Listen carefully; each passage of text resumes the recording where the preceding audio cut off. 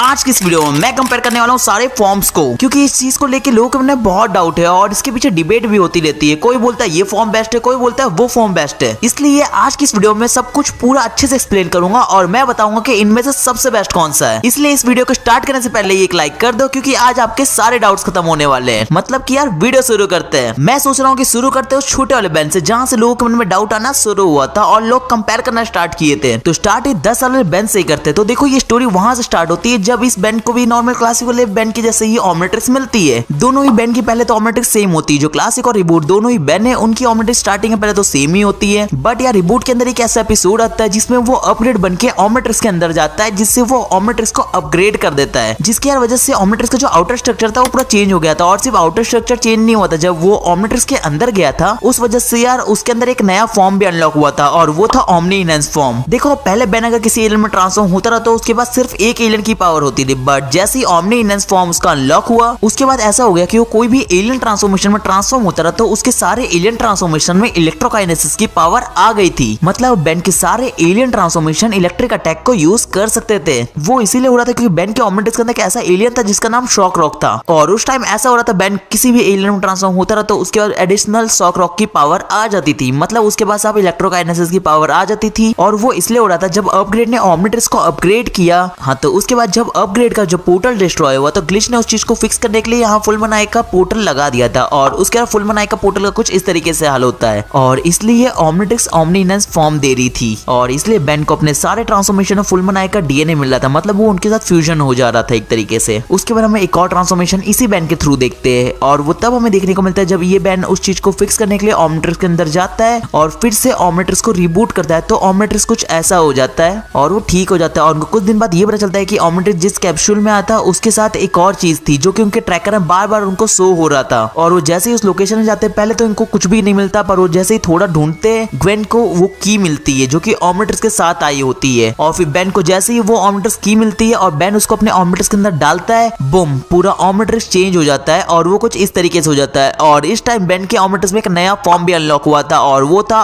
ओमनिकिड्स form. ओमनिकिड्स form में ऐसा होता है कि जो ऑमनिट्रिक्स से वो उसके सारे एलियन ट्रांसफॉर्मेशन को एक आर्मर प्रोवाइड करती है। अब यार पहले तो ये आर्मर पूरा एक जैसा ही लगता है, मतलब जितने भी एलियन ट्रांसफॉर्मेशन है अगर आप लोग साथ में देखोगे तो आप लोग को ऐसा लगेगा कि जितने भी आर्मर सब एक जैसे है, बट बिल्कुल भी नहीं, ये सारे अलग अलग है और इन एलियन आर्मर को उन एलियन के हिसाब से डिजाइन किया गया है। वो बस दिखते से हैं बट एक्चुअल में ऐसा है कि उनके एलियन के हिसाब से उनके आर्मर को डिजाइन किया है कि आखिर क्या उस एलियन को चाहिए था और क्या नहीं चाहिए, उसके हिसाब से उस आर्मर को डिजाइन किया गया है, जो यार इनकी पावर्स और एबिलिटीज को बहुत ज्यादा बूस्ट कर देता है। जैसे कि यार अगर हम लोग एग्जांपल के लिए हीट ब्लास्ट को ले, अगर वो फ्लेम शूट करते अगर आपको दिखे तो आपको कुछ ज्यादा ऐसा नहीं लगेगा कि हाँ उसकी फ्लेम नॉर्मल सी है, बट जैसे ही वो ओमनिकिड्स फॉर्म में जाता है उसके बाद मल्टीपल एबिलिटीज अनलॉक हो जाती है और उसमें से ही जो फ्लेम तब शूट करता है तो वो कुछ इस तरीके से होती है और वो जब फायर निकलती है तो इतने हाई अमाउंट ऑफ प्रेशर में निकलती है कि बैन टेंशन खुद पीछे आ जाता है, जिसके पास उस टाइम आर्मर भी है। मैं समझ रहा हूँ उसकी पावर कितनी बूस्ट हो जाती है। नॉर्मल फ्लेम कुछ इस तरीके से होती है और ये वाला फ्लेम बहुत डेंजरस होता है और सिर्फ उसके पास एक ही एबिलिटी अनलॉक नहीं होती। अब वो इतना पावरफुल हो गया था कि अब वो फायर के बॉल्स भी जनरेट कर सकता है और यहाँ तक कि वो फायर के लेजर भी शूट कर सकता है और भी ऐसे बहुत सारी एबिलिटीज है जो कि ओमनिकिड्स फॉर्म में उसकी अनलॉक हो जाती है। तो यार ये तो उसकी एक एलियन के हिसाब से हो गई एबिलिटीज, बट जैसे ही बैन किसी दूसरे एलियन में जाता है उसकी एबिलिटीज पूरी चेंज हो जाती है और वो उस एलियन के हिसाब से होती है। जैसे कि यार बैन अगर एक्स-लाइट में ट्रांसफॉर्म होता है तो अब बैन को ऐसा होगा कि वो एक्स-लाइट की पावर को बूस्ट करेंगे। जैसे कि यार हम लोग जानते हैं कि एक्स-लाइट कितने स्पीड में भागता है, बट जैसे ही वो ओमनिकिड्स फॉर्म में जाता है उसके बाद एक बूस्टर आ जाता है जो कि उसकी स्पीड को और ज्यादा इनहेंस कर देता है। और यार इसकी बहुत सारी ऐसी एबिलिटीज अनलॉक होती है, जैसे कि एक्स-लाइट सिर्फ जमीन के ऊपर ही बहुत स्पीड भाग सकता है, बट ओमनिकिड्स फॉर्म में वो अगर जमीन के अंदर भी होता तभी वो बहुत स्पीड तरीके से भाग सकता है, क्योंकि यार ओमनिकिड्स फॉर्म में उसके पास एक आर्मर आता है जो कि हर चीज को तोड़ते हुए उसकी स्पीड को मेंटेन रखता है। हाँ, जमीन के अंदर थोड़ी स्पीड उसकी कम होती है, ऐसा नहीं कि ऊपर की जितनी स्पीड थी उतनी नीचे भी रहेगी, तो ऐसा नहीं है। बट यार ये सब चीज को अगर हम लोग थोड़ा साइड में रखें तो उसको एक और चीज मिलता है, उसको यार एक डिजिटलाइज व्यू भी मिलता है जो कि उसकी बहुत हेल्प करता है किसी भी चीज को समझने में और ये बहुत काम का है अगर बैन को अगर इसका यूज करना आए तो। इसलिए यार ये मेरे को ओमनिकिड्स फॉर्म बहुत पावरफुल लगता है। नेक्स्ट जो फॉर्म है वो भी इसी बैंड का है और वो है ओमनिनॉट फॉर्म। ओमनिनॉट फॉर्म में बैंड के एलियन ट्रांसफॉर्मेशन को एस्ट्रोनॉट जैसा स्पेस शूट मिल जाता है। ओमनिनॉट फॉर्म तब अनलॉक होता है जब फिल को पता चलता है कि उसने ओमनिट्रिक्स की को उल्टा डाला है, अगर वो सीधा डालेगा तो उसकी पावर और बढ़ जाएगी और वो जैसे ही ओमनिट्रिक्स की को सीधा डालता है उसके ओमनिट्रिक्स में ओमनिनॉट फॉर्म अनलॉक हो जाता है और इस बार सारे उसके एलियन ट्रांसफॉर्मेशन को जेट पैक दे दिया जाता है। हाँ, ओमनिनॉट फॉर्म में बैंड के जितने भी एलियन ट्रांसफॉर्मेशन है सभी को स्पेस के हिसाब से डिजाइन किया गया था, इसलिए सबको एक स्पेस शूट और एक जेट पैक दिया जाता है। बेन के वो सारे एलियन ट्रांसफॉर्मेशन में है। तो इस ओमनीनॉट फॉर्म के अंदर बेन के पास बहुत सारी ऐसी एबिलिटीज आ जाती है जो कि उसकी ओमनीकिड्स फॉर्म में थी। हाँ, इस चीज को एकदम अच्छे से सुन लो कि ओमनीनॉट फॉर्म में बेन के पास पूरी एबिलिटी नहीं आती, ओमनीकिड्स फॉर्म की